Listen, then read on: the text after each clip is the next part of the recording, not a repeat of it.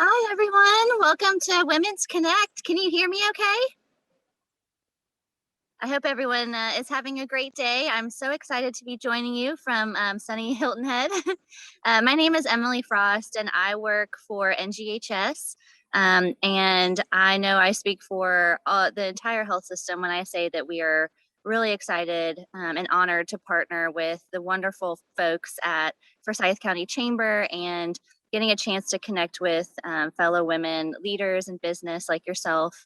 It means a lot for us to continue connecting with our community and really understanding the needs and the wants of you all, because our health system is here to serve you.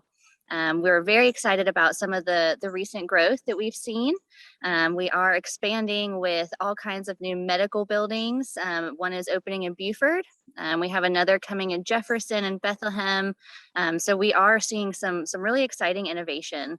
And I'm lucky enough to work with our cardiologists and our cardiothoracic surgeons and vascular surgeons, which is always an interesting and exciting field. As some of you may know, we do have a location incoming.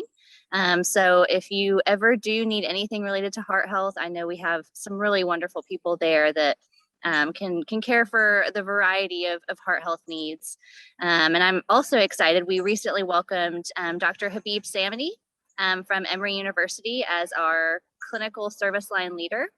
And he has extensive experience internationally publishing all kinds of different research articles about coronary physiology, and is just really helping us to continue being on the cutting edge. So I'm looking forward to sharing with you all some updates about new programs and kind of a reinvigorated approach that we have to heart health in the coming months. So if you ever have any questions related to NGHS or the world of cardiology, please let me know. I'm always happy to share.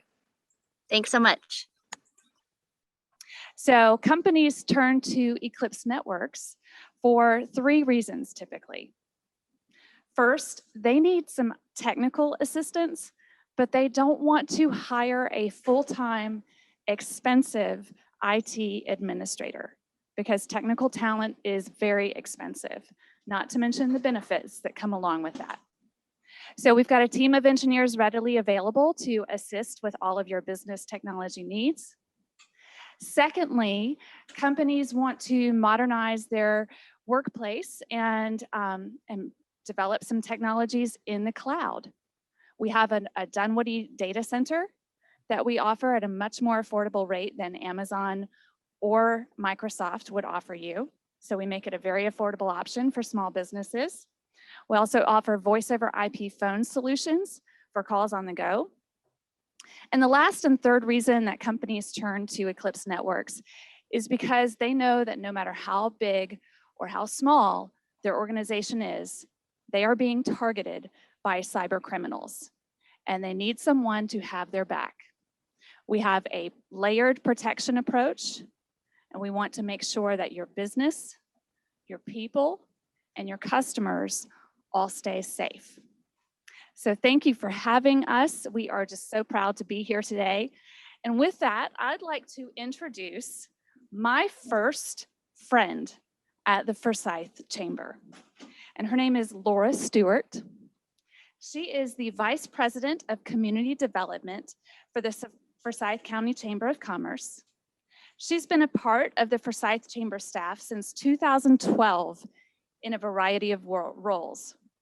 Currently, she concentrates on the organization's efforts surrounding community health, workforce development, infrastructure enhancement, and inclusive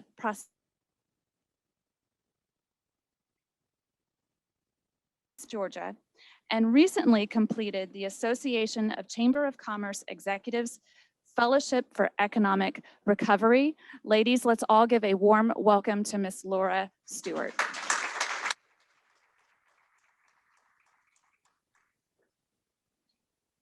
Thanks, Kelly. I am going to ask other ladies to join me up here. Like Kelly said, I've worked for the chamber for a long time.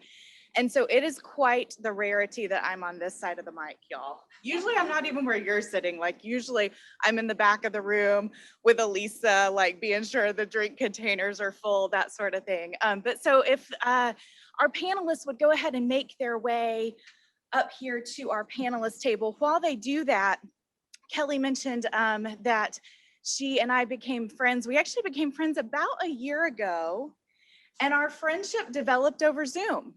Does anyone have any of those? That you like became friends with someone over Zoom? So it's fun. I mentioned to her this morning that back when we first met, we never thought that we were gonna be here in this moment and getting to be friends face to face. So that's pretty cool. And I'm excited to introduce some other friends of mine and of the chambers, and soon to be friends of you all's as well, because we certainly, I mean, this is an event for women. So y'all know how it works. We're going to talk, we're going to chat, we're going to keep it casual and get to know one another. Today, we are focused particularly on the challenges that women face in the workplace. This series is not exclusive to women. We don't limit it. We don't kick the dudes out.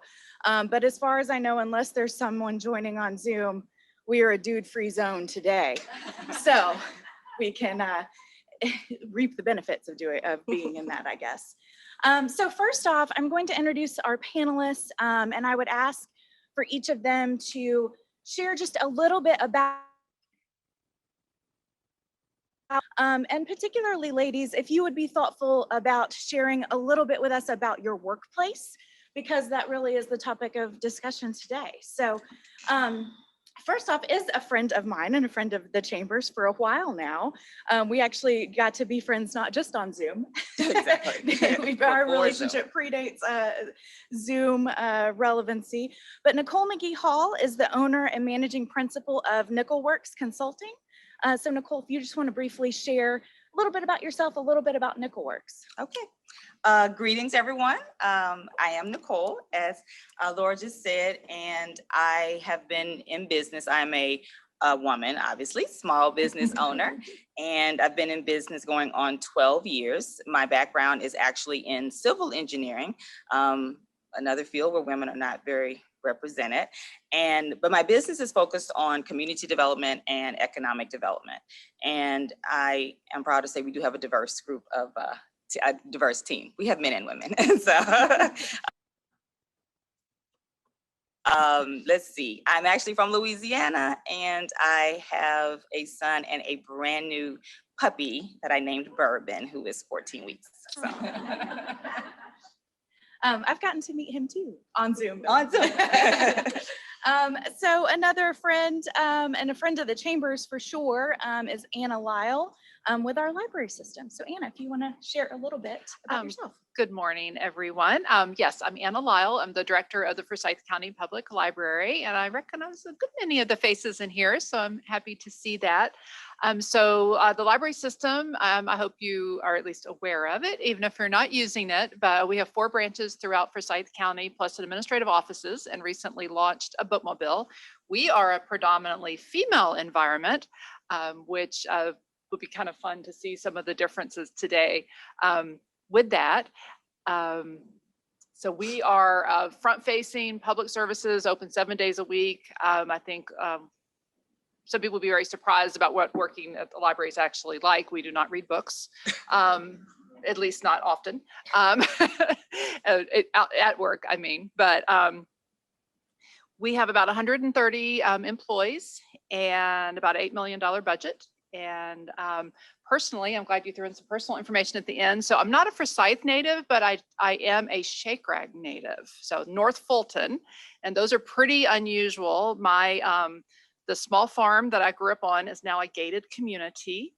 And my parents retreated to Jackson County, which is now experiencing a different kind of boom, but a boom itself. So, but anyway, I am married, no children, and a little rescue dog named Tashi. Thanks, Anna. Lindsay Wilkes is our next panelist.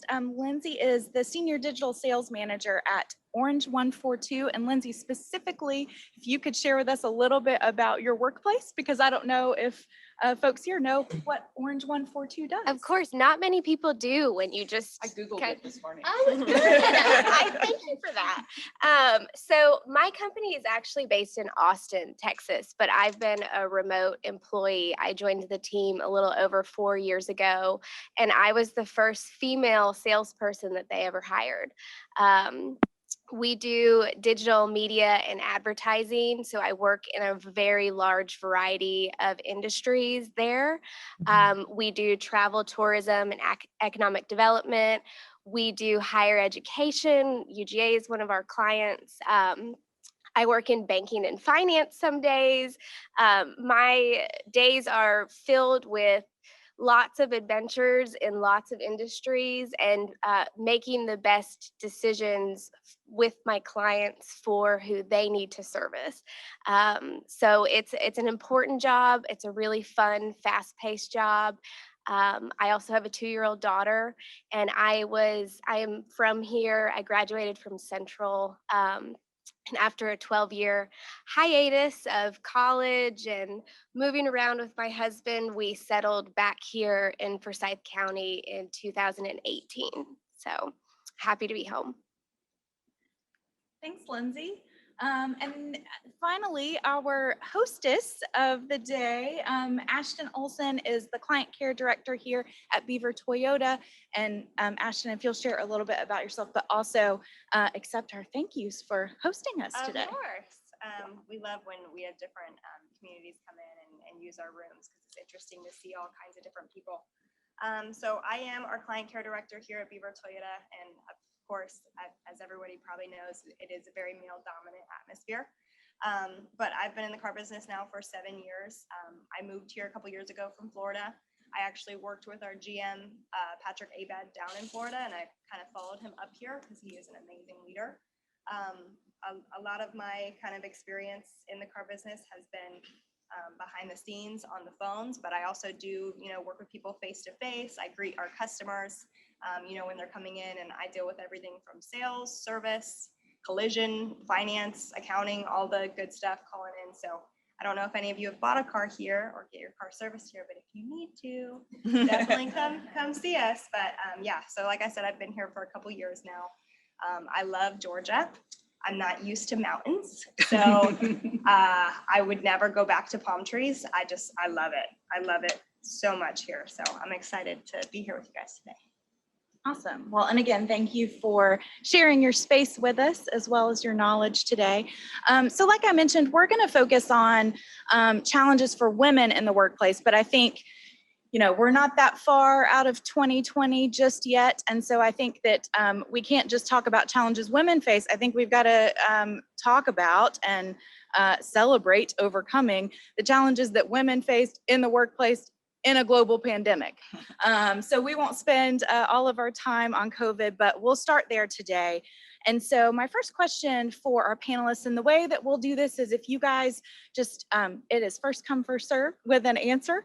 But if someone wants to start by sharing with us about any long-term changes to your work environment that you see as a result of COVID-19 and what we all experienced last year.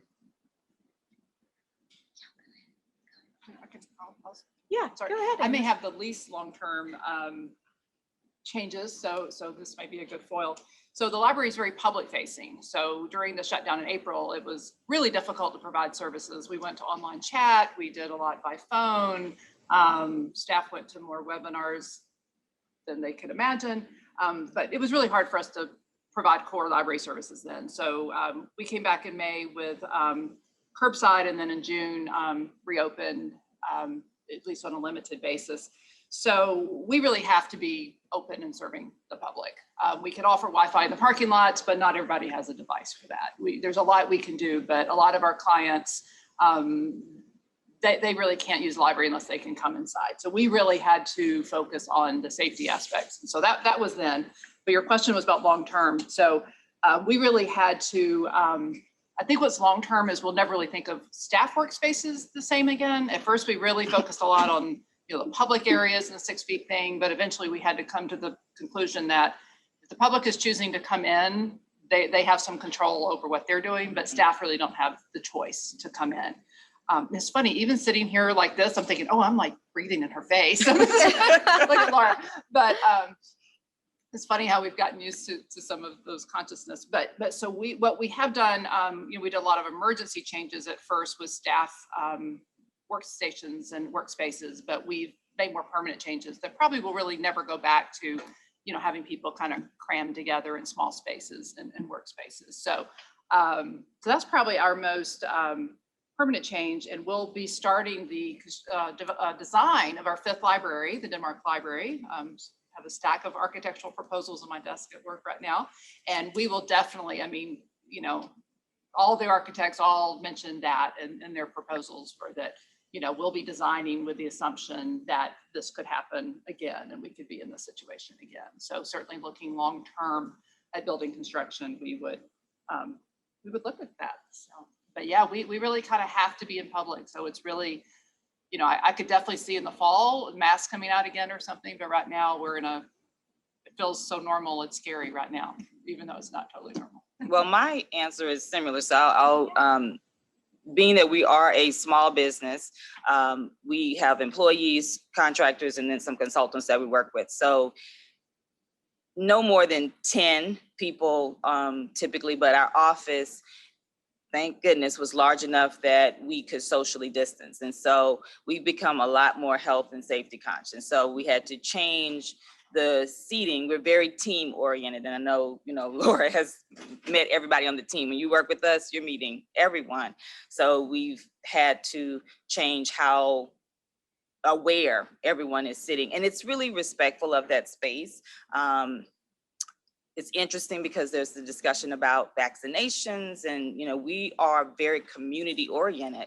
So I encourage that because we're going to be out engaging with a lot of people, but I cannot mandate anyone to do that. But that's one of the biggest things. And I will tell you that I decided to do something different today. We had notes and I normally write them, just like all these other ladies up here, and print them on paper, but I didn't today.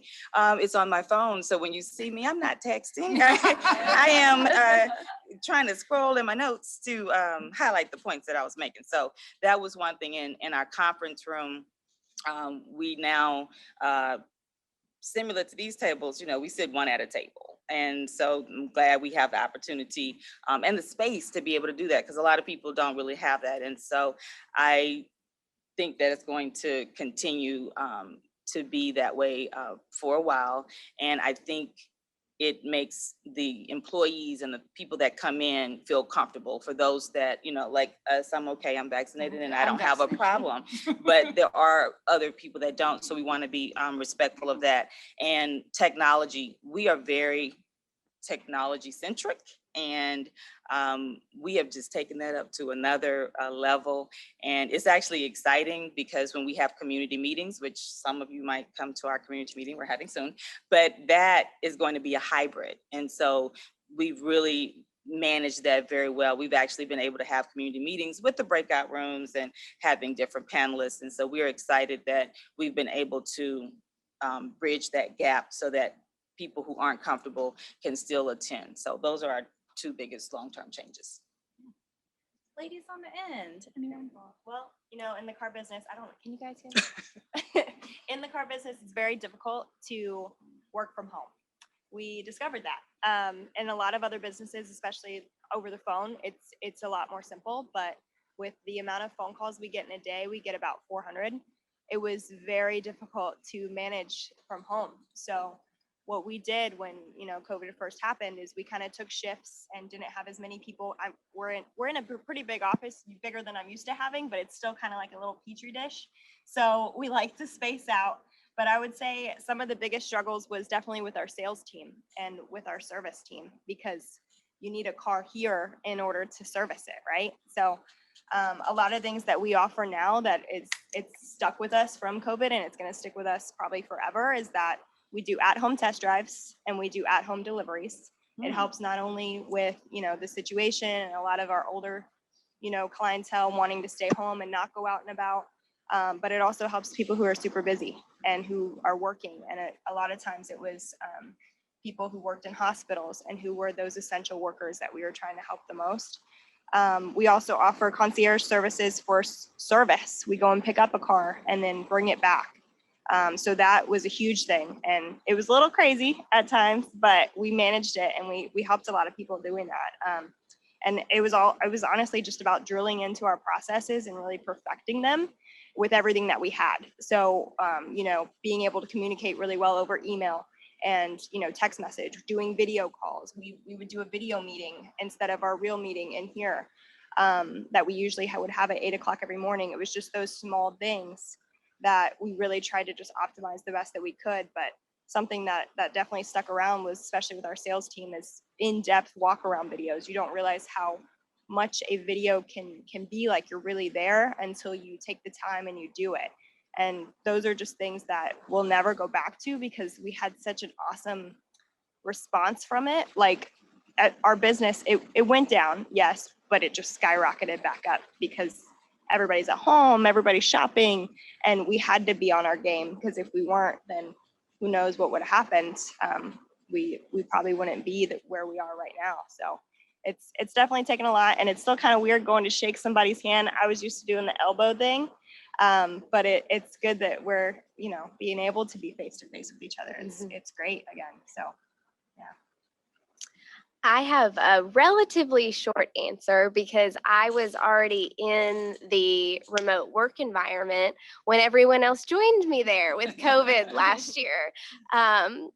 What was really difficult was having a now 1-year-old in that work environment with me. But all of my clients were also all of a sudden virtual, and their kids were at home with them too. So we got a lot closer. We got to know each other in our homes on more of a personal level. And it also drastically changed the way that my company traveled. As a senior sales director or an accounts director, we would be on the road quite a bit, face to face with clients in stakeholder meetings, going to trade shows.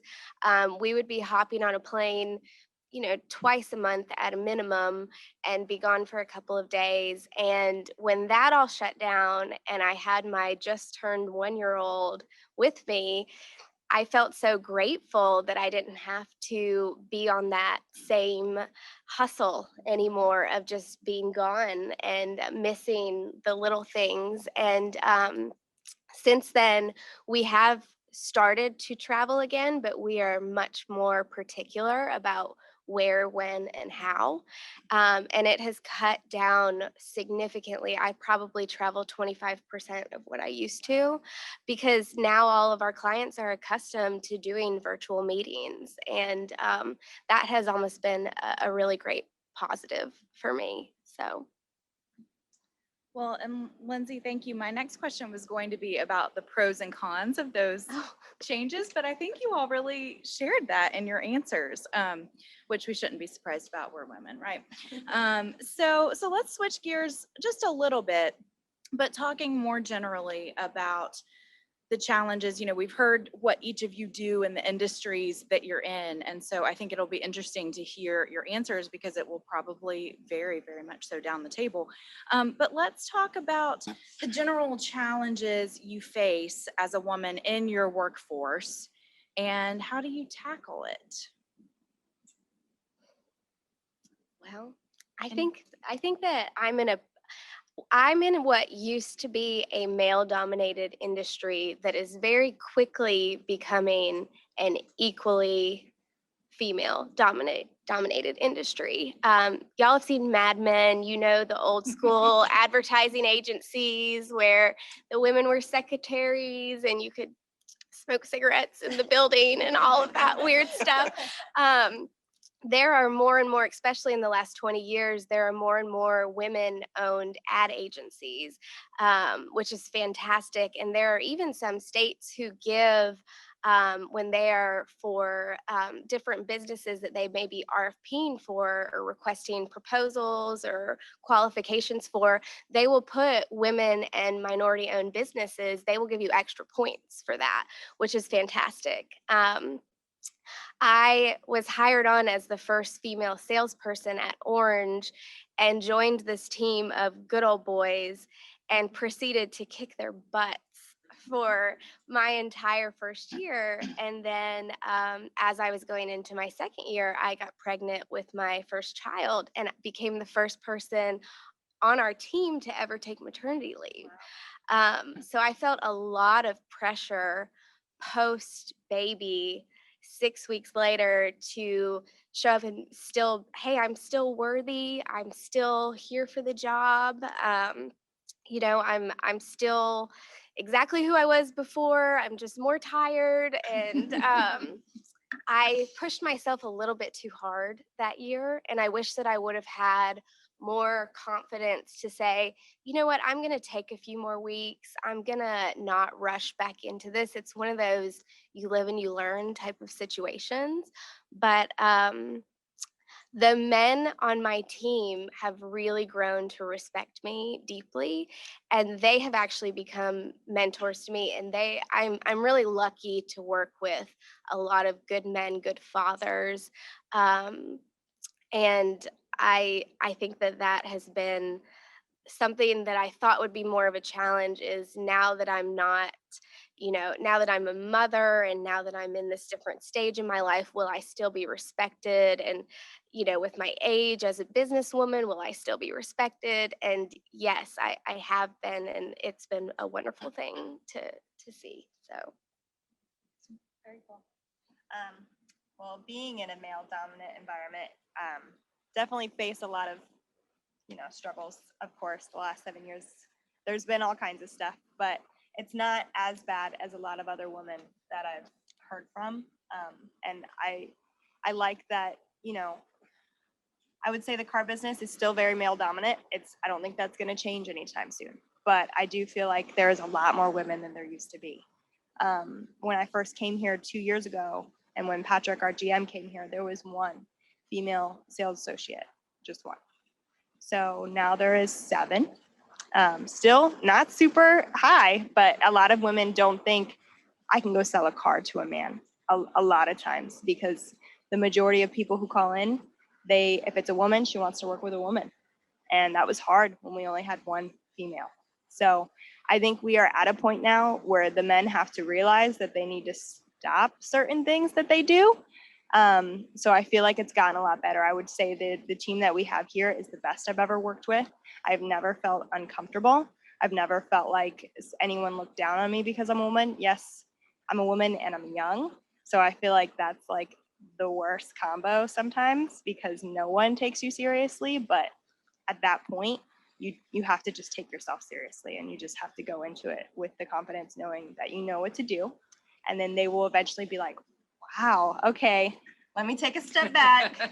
Here she comes. And that's kind of how it is. Like, people call me boss lady. Like, so I would say in most car business experiences, it's not good for women. A lot of times they end up being pushed out, which really stinks. And I feel like our GM here has made a really, really good impact with adding women to our team and making sure that everybody feels empowered here. But definitely, there's been struggles. There's been certain managers I've had in the past at past dealerships who just didn't understand, didn't take it seriously, didn't take me seriously. And that's going to happen always. And it's just this business. And it's not as much even the people that I work with, but customers. Sometimes men will call in and not want to speak to me. They want a salesman. And at that point, I'm like, well, I'm actually one of the sales managers. So how can I help? And at that point, they realize, okay, she knows what she's talking about, but it's almost like you have to explain that you know what you're talking about. And it's really sad, but I'm hoping that further down the line, we're going to add more and more women to the car business and realize that it can be just as equally of both. And if not, women can do it better. But that's pretty much the main struggles that I've dealt with in this. Well, a lot of what you said, I've been dealing with it for longer. I don't know everyone's age on the panel. I look younger than I am, is what I will say. And I mentioned before that my background and my training is in civil engineering. So first of all, in college, very few women. And the difference is, we're in concrete and structures and soil. that's not what other people were in. I like that. It's tangible. That's the type of person that I was. So it worked well for me. And so I have been on construction sites. I work for the Texas Department of Transportation. The only woman, and you mentioned about being young. I was a female, but I was the engineer. And a lot of people were like, not listening to me. The Does your brain work support. that way? And so having a good support system around you, I think is really helpful. I have been blessed to have some awesome women managers. I feel like God just knew I needed that. Just to fast forward to where I am as a small business owner and a woman. And they really kind of showed me, they were the boss ladies, and they groomed me. I never wanted to be a small business owner, as that wasn't something I aspired to be. It's something I feel that my passion and my purpose just kind of came together, and that's why I'm here. But I do feel that I've had a lot of struggles, and I'll also just add, as an African-American woman as well. So first it was engineering, and I worked for Fulton County. So I've worked a lot of different places. Developers would come in, I approve plans. Well, we want to talk to the person in charge. Well, that's me. And, I'm going to approve these plans. So we're going to have to work together. And it was the developers, it was the engineers, it was the attorneys. The most times it was all men, and they would look at me and think I was green. And I was like, I just want to let y'all know I've been around for a little bit. I look young, but I'm not. And so, you mentioned about, you have to assert yourself. You have to let people know the role that you're in. You're competent and you're able to handle and give answers and handle problems, or whatever the case may be. And what my business is, we're in the commercial real estate space. Once again, it is male dominated, and I have a very niche business that, like I said, it just kind of came about. I didn't aspire to this, and we've been successful for 12 years, and we're, continuing to grow and be successful. But what really changes the dynamic is the fact that I am competent, and I have to explain. I don't explain it. They actually see it. And most of my business is referrals from whether they're other cities, chambers, counties, communities that we work in. And we work across the metro area. I tell people all the time, we work from Forsyth County to Henry County, from Rockdale to Douglasville, and all in between. And my team, and I would say I purposely did this, but I think it just happens. They're cross-generational, and that's important, I think, as well. So you have the diversity with women and men, but the challenges are definitely there. But it's, number one, being able to be confident in your abilities, and being able to speak up to the people that you're dealing with to let them know, hey, you can handle it. So I'm trying to find me a boss lady shirt. I saw somebody had a boss lady mask. I was like, I want one of those. I like that. I like that more than girl boss. Okay. Boss lady. Yes. I bet there are a number of online retailers who could. Yeah, assist you. I just saw one. I was like, I gotta go looking for that on Etsy. Probably that's gonna be the best place. So, so obviously in the library system, I actually have kind of the opposite problem. For us, hiring a male candidate is increasing our diversity, and regardless of his the rest of his attributes. So yeah, being predominantly female, sometimes, and that can bring other issues, but sometimes I feel like I'm kind of in a bubble on some of this, and then I'll get a rude awakening, when there's a construction crew on site and they're actually whistling at my staff as they go to their cars, now in the 2020s, like that is actually happening. And not Cooper and Company. I'm just saying that. Making that clear, because we have worked with them on a major project in the last few years, not Cooper and Company stuff. But so yeah, that is the kind of getting past the middle-aged white woman stereotype of librarian. We actually have a lot of young women who come to work for us because they're very tech oriented, and these are actually very techy jobs. The public-facing jobs are because they're helping people with a lot of technology. But yeah, our biggest challenge probably is around diversity, and not just men, but in general, the library field nationally in terms of people who are getting library degrees is only like 1% people of color, and so it's very hard to try to recruit professional librarians, particularly to Forsyth County, who are anything other than middle-aged white women. And so that is a challenge, because that's definitely not our community. Now, we have had a lot of luck with paraprofessionals, particularly Asian employees, and that's been really recruiting from our patron base. So you come to the library a lot, you're attending our programs a lot, we're looking for paraprofessional level. So that's actually been a good thing. But yeah, for us, it's actually kind of, and then it's some of what comes with being a predominantly female environment. So like teachers, the pay tends to be very low for most positions. It's very hard to convince someone that, someone with a master's in library science needs to make more than, $16 or $17 an hour. And so that's a challenge. And then something that we haven't touched on much, what you talked about customers some.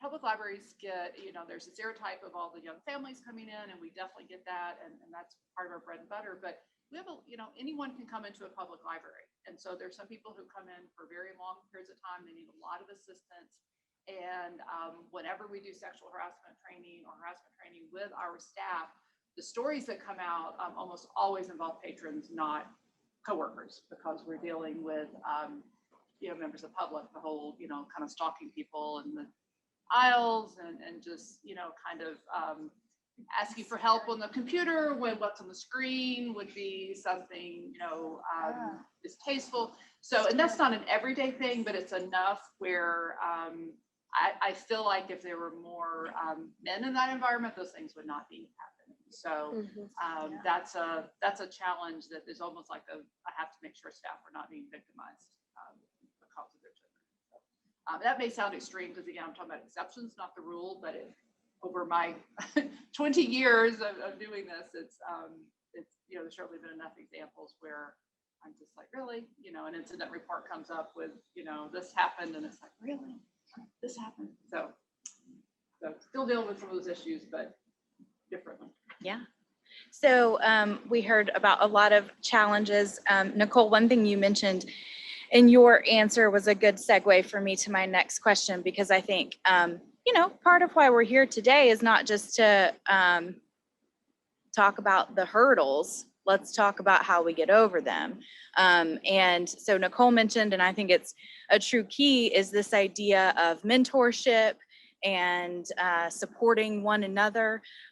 So wanted to get you guys to touch on that a little bit. Maybe have you had a mentor? Nicole, you kind of mentioned some of those generally speaking, but have you had a mentor that you would credit to helping you overcome those hurdles? Let's talk about that, because really what we can do today is to aspire ourselves to become mentors for other women to help us overcome these challenges. So if you want to share a little bit more specifics about that, Nicole. Well, I mentioned that I was blessed to have women managers as leaders. That actually has impacted me tremendously in how I lead. My mother is unfortunately killed in a car crash. It was about 15 years ago this year. And when your mother is not around and you reflect back, she was really such an important, she's always important, you know that, right? But critical in where I am today. So she was an advisor for the future business leaders of America. Wow. And I went everywhere with her and did stuff. My brothers are older, and so she inspired me, and I really appreciate a lot of that more and recognize that I draw from the things that I've learned from her. And like this forum that we're having. So my office is in Clayton County, and in Clayton County we have a women in business, like a whole group, and that is powerful. It's helpful because we all have the same type of challenges. So being able to talk to you, I love this because we were doing that previously, and being able to share is extremely helpful. In the commercial real estate space, and then also in the architectural engineering and construction industry, we have a lot of organizations, and I realize how those organizations have helped me. So I encourage, women, right, in our place to go to these functions and events with me, because I learned so much from other women, and I know now, I think even more so, how important that mentorship is. So we have women in transportation, commercial real estate women, and they focus on the challenges that we have. And I think it's not so much since the pandemic. I think there's a lot more challenges that have, not a lot more, but more challenges have come up. But it helps to have those organizations that actually, can understand, and you have this bond. And so I've just got a lot of bonds that created over the years with women, and I really believe that has been instrumental in helping me to be successful, and overcome a lot of the challenges. I would say, like I said before, we had, one female sales associate, and now, we have 7 female sales associates, 2 sales managers, including myself, a female inventory manager, and 14 business development call center girls that I run. So I feel like we kind of took this dealership by storm, and they're trying to accommodate us best they can at the speed that we're growing. So we do have things, here, like we have female leadership book club, where we read one of the John Maxwell books and talk about it. And it's once a week, and it's all female, which is great. And we get to talk about, things that you normally might not talk about in a group full of men. I would say a lot of my leaders have always been men. So I feel like I've been blessed with some really good ones, and I've been blessed with some really bad ones. But one of my mentors, her name's Lynn Hudson, and she was my client care manager when I was just a BDC girl. And she was, before that, she was the only female sales girl. And she would go through things like losing her hair from stress, and nobody would understand, and not being able to be with her kids, and working 60 hours a week, and just no one could understand, because, the men come home and they have dinner ready. They have their wives at home because they work 60, 70 plus hours a week. They can't work in order to have kids. So she had to balance both. And she was the most strong, independent, positive person I've ever met. And I've just seen her deal with so much stuff. And anytime I have any kind of issue that I can't conquer, I call her.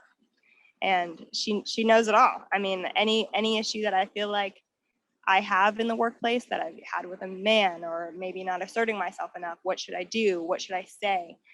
She's worked with Patrick Abad, our general manager, before, so she knows a lot of those things. So that's made it really a lot easier for me to conquer, because I feel like without that, I don't know what I would have done. I would have laid down in a lot of instances and just let what was happening happen. And she will not let that happen to me. She'll call me and say, "You better stand up for yourself." So she's been great. It's wonderful. I have had good and bad mentors on both sides. So let me preface this by saying we still do not have any females on our executive team, on the team that I work on. But on the sales and accounts team, since I was hired on 4 years ago, I have very much paraded for women and how well they could do in this role. And now we are majority female on my team, whereas when we started, it was just me. I grew up with a single mom, actually in Chattahoochee River Club, right behind us. And seeing her strength of being a working mom with 3 daughters, and just exhausted all the time, but doing whatever she had to do to make ends meet.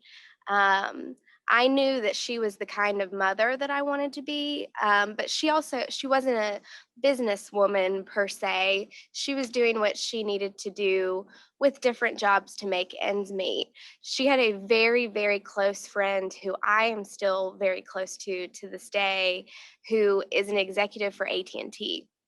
And I looked at her, and she was in her late 30s at the time, no kids, kicking butt at her job, and I was like, wow, that's someone that I could learn a few things from.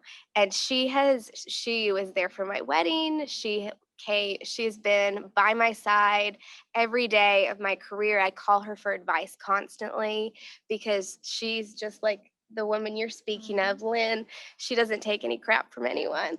And she's very well respected in her career, and she did end up having a child later in life, but having her as just kind of a beacon to look towards was wonderful.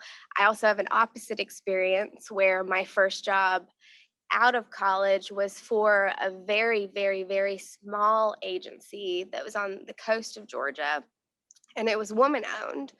And the first time I met this woman, I thought, oh, she seems so lovely. She's got a South African accent. She's just very well put together. This is going to be a great job opportunity for me.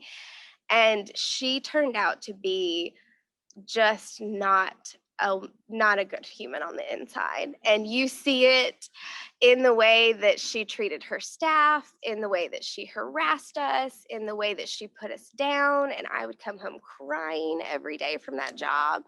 And she would speak down about other,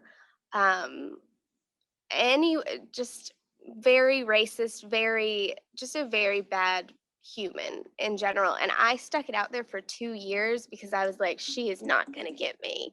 She's not going to get me. But eventually this position came available, and that was a huge arc in my career where I said, I don't have to do this anymore. I don't have to work for someone who's never had kids, who doesn't understand what my life goals look like, who pays all of us $25,000 a year, but just bought herself a yacht. I made that arc in my career, and I'm really glad that I've gotten to see both sides of how women can really build each other up, and we also can really tear each other down if we're not careful. So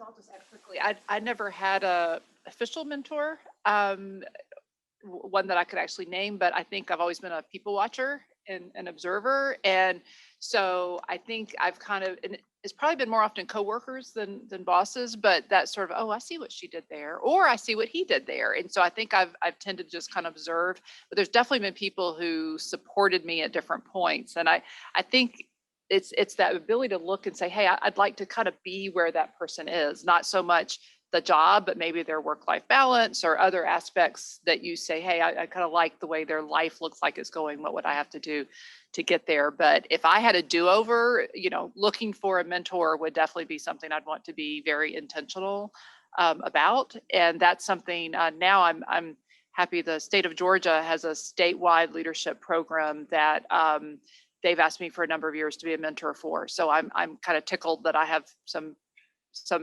other librarians in different parts of the state who occasionally called me with, hey, I'm dealing with this and that. And the funny thing about it is that often I know their boss really well because they're my fellow director or something, but I'll keep all that confidential, but they'll kind of forget. I know some of that sometimes, but yeah, that's been a fun thing. But yeah, I feel like that's kind of a lack of what I had, but I do feel like I've, kind of watched situations and thought, oh, okay, I really like the way that person held the room and the way that person did this. So I think you can still kind of pick up bits and pieces. And I totally agree that, and your experience with your very positive manager, I mean, men can be very good mentors as well. I mean, we're doing a predominantly female focused thing today. And yeah, so some of the examples of what I don't want to be like came from women and some of them came from men. So, you pick up those pieces along the way. Awesome. Well, so we've been able to learn a lot about these ladies and a lot about those that came around them in the good and the bad. Does anyone in our audience have any questions questions for the panelists or for a specific panelist? Yes, ma'am. Thank you each for sharing. I'm truly related to things that each of you said.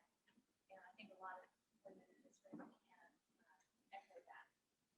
My question is if any of you have had to deal with pay inequality and how you approach that. I'll just say happily in the library world, I've controlled the pay at Forsyth County Public Library for the last 21 years, and there's no pay inequality.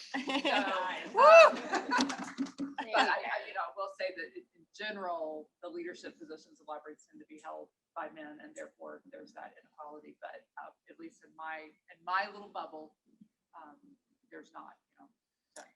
It's hard to say for me because I make a base salary for the numerous tasks that I have to do that are account maintenance, but then I also make a sales commission. So I control my salary to some effect based on how much I'm bringing in, and my revenue, we're about a $35 million company, and my revenue makes up about 15% of that I bring in. So I have done very well, and I don't discuss pay with anyone on the sales and accounts team because I know that I'm the top seller and I don't want to make anyone else feel uncomfortable. So I just kind of steer clear of that. But do I think the male executives on our team make a very, very, very high base pay? Absolutely. But they also, they work very hard. So some positions are still checking your phone at 10 o'clock and responding to emails at night. And some operations positions, you get to shut down at 5 p.m. and pick back up at 9 the next day. So there's just a kind of varying role within all the different groups in our company. So I would say in my specific job, since it's client care center, there's not a lot of male that run a call center. There's just not, especially in the car business. But I will say a lot of our positions are commission based, and they are exactly the same across the board for men and women, and the women always kill it versus the men. So I would say women actually make more in this dealership because they just sell more. So, Well, my answer is I've worked in multiple governments, and in governments, it's pretty much, it's set. So I worked in state government, county government. Civil engineering is actually one of the lower paid of the different types of engineering, like electrical, mechanical, computer engineering. So that was a challenge when I decided, oh, this is what I love. I did not realize that, but I like doing what I love. So, I kind of dealt with that just in knowing the types of pay for other people. And it was not necessarily about men. As a small business owner, it's more dealing with clients. And I mean, this actually just happened maybe 4 or 5 months ago. A client called me. I worked with them before, maybe 5 years ago.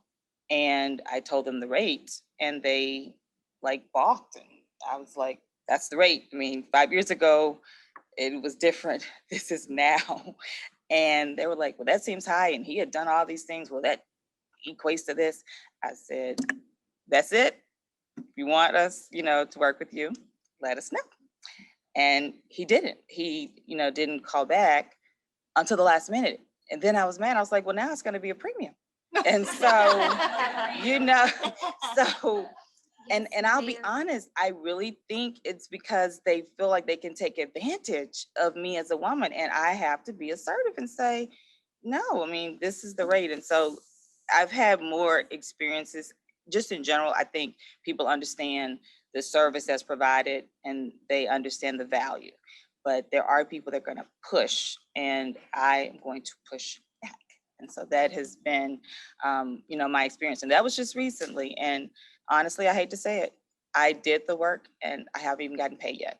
And that's, the unfortunate situation that I have to deal with sometimes in small business. But trust me, the accountant will be back on it when she's back from vacation. Well, that happens in our world too, where you struggle with people for invoices over things. And then especially post COVID, you really hate to do that when you're like, but why did you buy the program? Exactly. And now we can't ever give you credit. You would have to prepay if you ever wanted to work with us again. Yep. So those are awkward conversations to have, but I think just honesty goes a long way, like you said, and just being kind of steadfast in what you mean.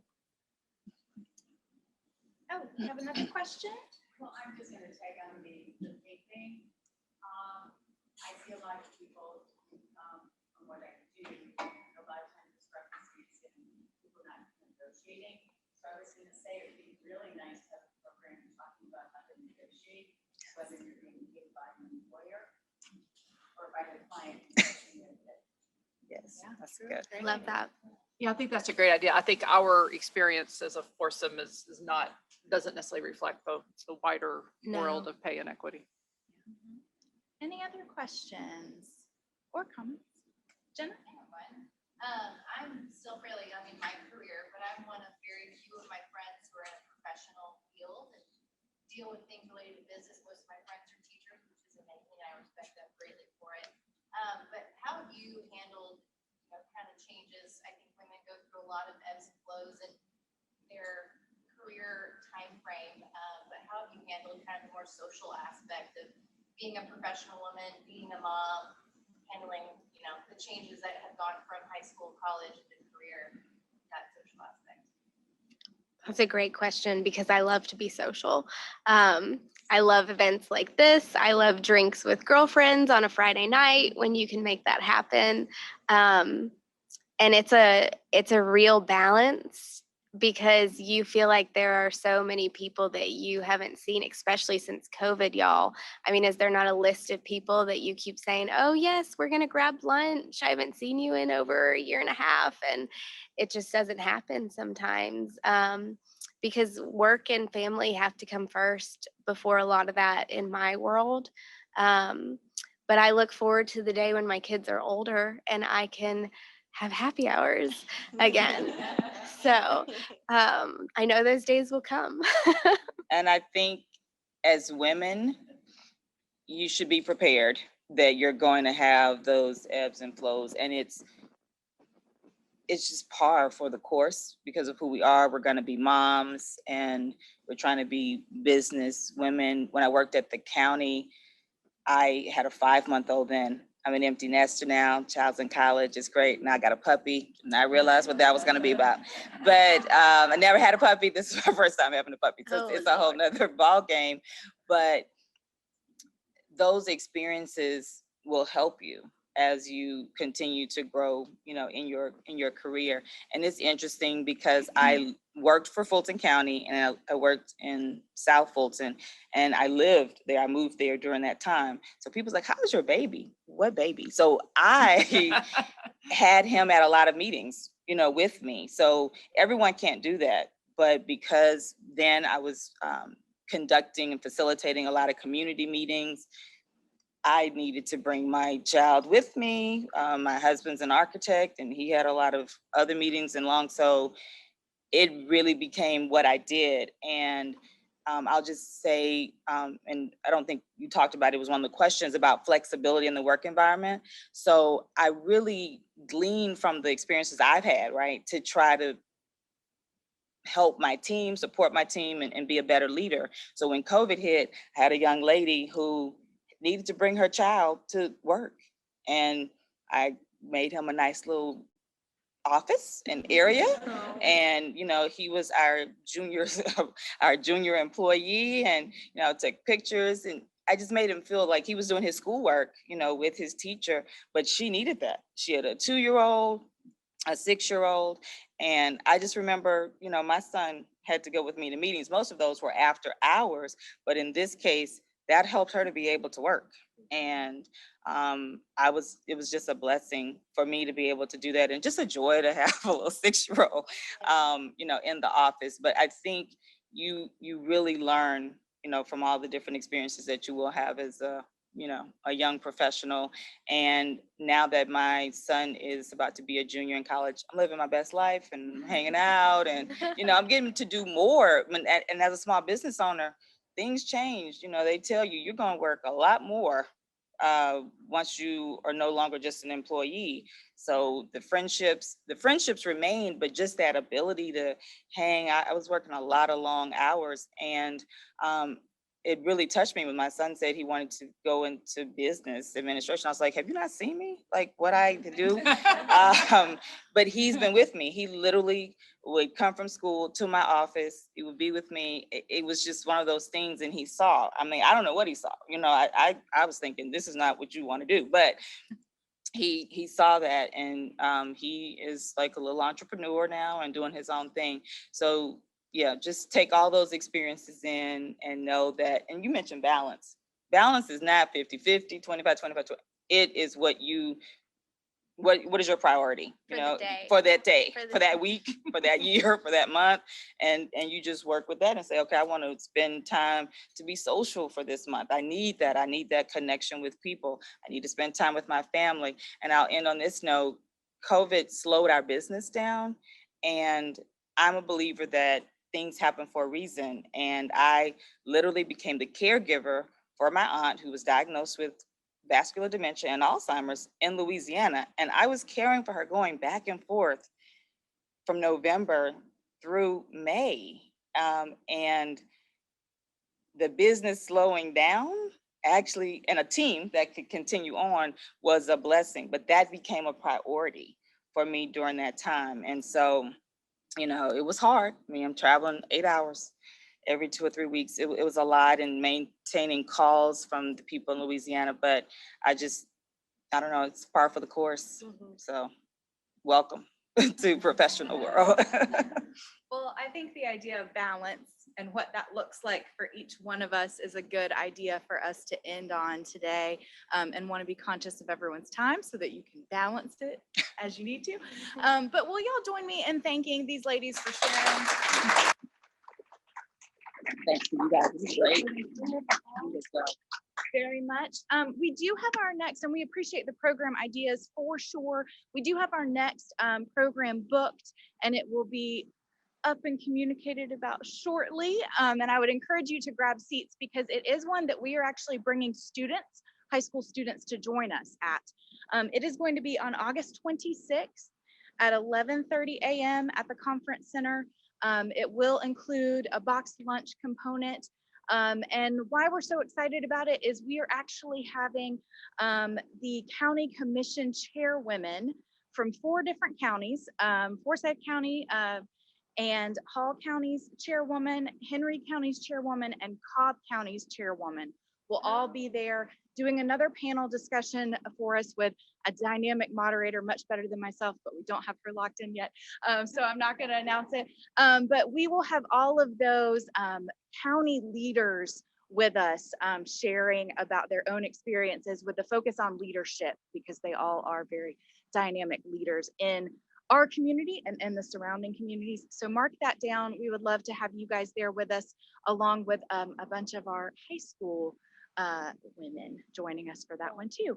I also want to give a final shout out, thank you to Northeast Georgia Health Systems and to Eclipse, our sponsors for the Women Connect series. Thank you all for coming.